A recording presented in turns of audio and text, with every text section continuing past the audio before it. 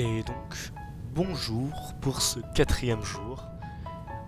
Quatrième jour qui commence donc avec l'atterrissage de l'avion à l'aéroport de Bangkok. Alors, c'est très tôt le matin, je crois qu'il était 4 heures ou 3 heures. Donc, vraiment, vraiment tôt le matin. Après, en même temps, c'est pas comme si on dormait le mieux dans les avions, donc ça compense. Mais c'était vraiment une journée que d'avion. Au total, on a dû se taper un peu plus de 24 heures de vol, si mes comptes sont bons. Peut-être un peu moins. Enfin bref. Donc vous allez voir, c'est une journée de voyage.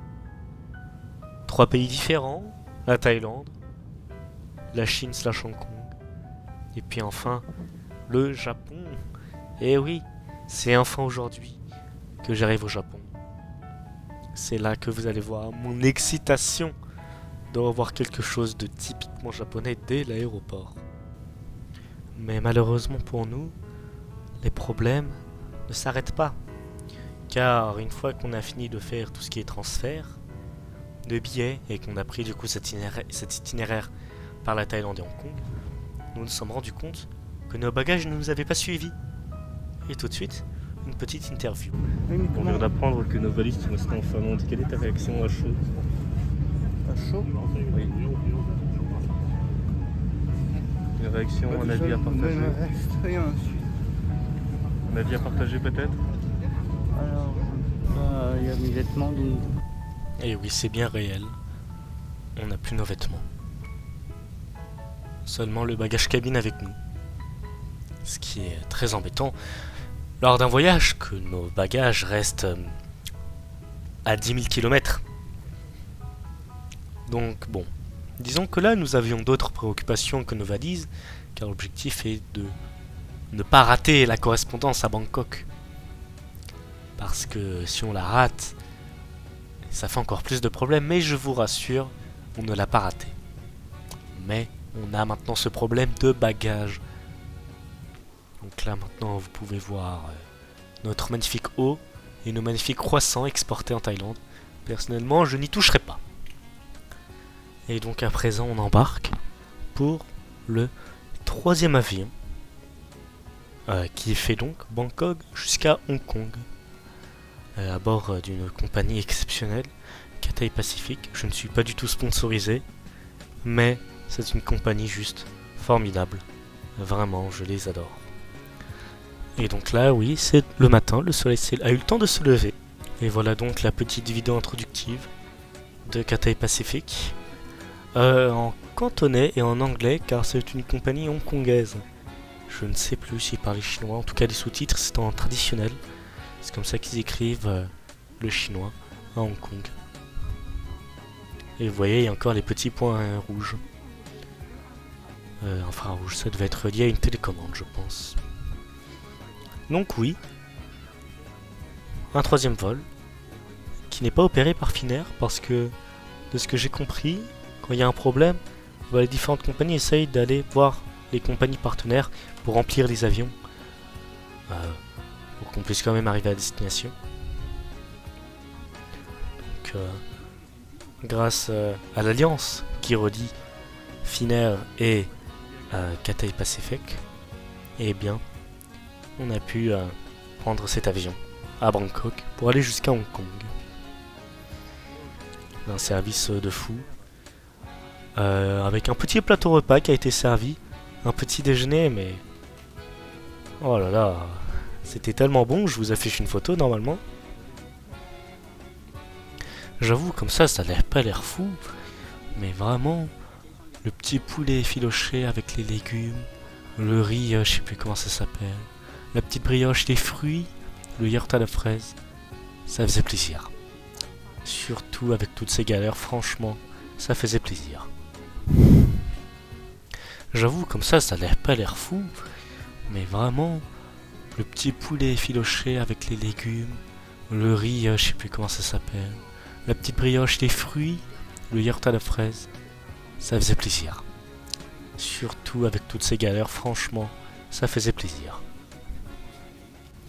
Mais je parle, mais normalement on est déjà arrivé à Hong Kong. Et donc on se retrouve à l'aéroport de Hong Kong.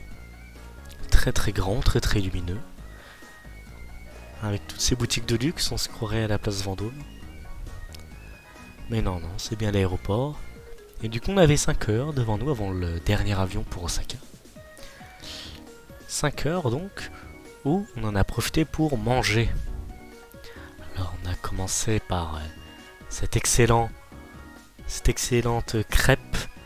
Donc vraiment un excellent plat, très goûtu, très léger, avec un peu de croustillant grâce à la crevette. Un plat mais tellement bon. De toute façon, la cuisine chinoise est recommandable à 1000%. Et regardez-moi ce second plat. Des épinards, du canard avec du porc laqué sur un bol de riz. C'est simple, et c'est tellement bon. Surtout après les galères qu'on a traversées. Je peux vous dire que ça fait du bien de manger de la bonne nourriture. Après toutes ces galères, sachant que on sait encore que on n'a pas nos valises. Et puis ensuite on s'est levé et puis on est passé sur le côté du restaurant et on a vu la rôtisserie, là où ils stockent un peu toute la nourriture qu'ils vont cuire après. Donc on peut voir à gauche les canards, on peut voir le porc, on peut aussi voir du coup les canards laqués. Un plat que je recommande à tout le monde évidemment, tellement c'est bon, c'est simple. Et du coup, on monte à présent dans le dernier avion, enfin oui, qui va aller jusqu'à Osaka. Alors, particularité de cet avion, c'est que j'avais une petite manette. Et oui, franchement, le gaming, même dans l'avion. Voilà, petit tour avec un clavier derrière. En QWERTY, évidemment. Mais surtout, cette manette slash télécommande très particulière. Je cadre excessivement mal, mais on peut voir un D-pad totalement foireux. Des boutons de tranche qui marchent pas trop. Et regardez, hop là, il se clipse à l'intérieur. Et du coup, manette très pratique pour jouer au Monopoly. Là, je suis en train de battre mon frère. C'est en anglais, mais ça marche très très bien. Juste la manette qui est bizarre. C'est pas comme une manette de Xbox, de Super Nintendo, ou la manette Pro de la Switch. Non. Puis regardez les petites couleurs. Bref. J'étais quand même surpris de voir cette manette alors qu'on était juste en classe économique. Mais assez parlé, parce que sinon la vidéo va durer trop longtemps. Enfin, non pas que ce soit un mal non plus. Mais il est temps de manger. Et oui, alors qu'est-ce qu'on a mangé dans cet avion pour le dîner? Un magnifique kare rice, comme on dit, du curry japonais. Et même si c'était dans l'avion qu'on sent moins bien le goût, ça restait vraiment excellent. Je sais pas si le mien il est meilleur, mais en tout cas celui de l'avion est très très bon. Le goût du curry est évidemment pas le même. On commence déjà à voir le Japon, rien qu'avec la nourriture dans l'avion. Ça veut dire qu'on s'approche enfin du but. Donc on descend de l'avion, on récupère nos valises sur les tapis que vous voyez actuellement à l'écran. Et du coup on se dirige vers la sortie. Et là, qu'est-ce qu'on aperçoit? Et oui, incroyable mais vrai, mais une tonne de gachapon à la sortie. Et encore, il n'y en avait pas beaucoup. J'ai vu des endroits où il y en avait plus, mais il y en avait quand même pas mal.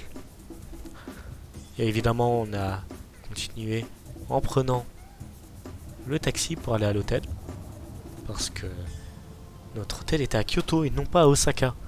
Donc en train, ça leur aurait pris énormément de temps. Et puis, nous sommes allés nous coucher pour savourer cette arrivée au Japon.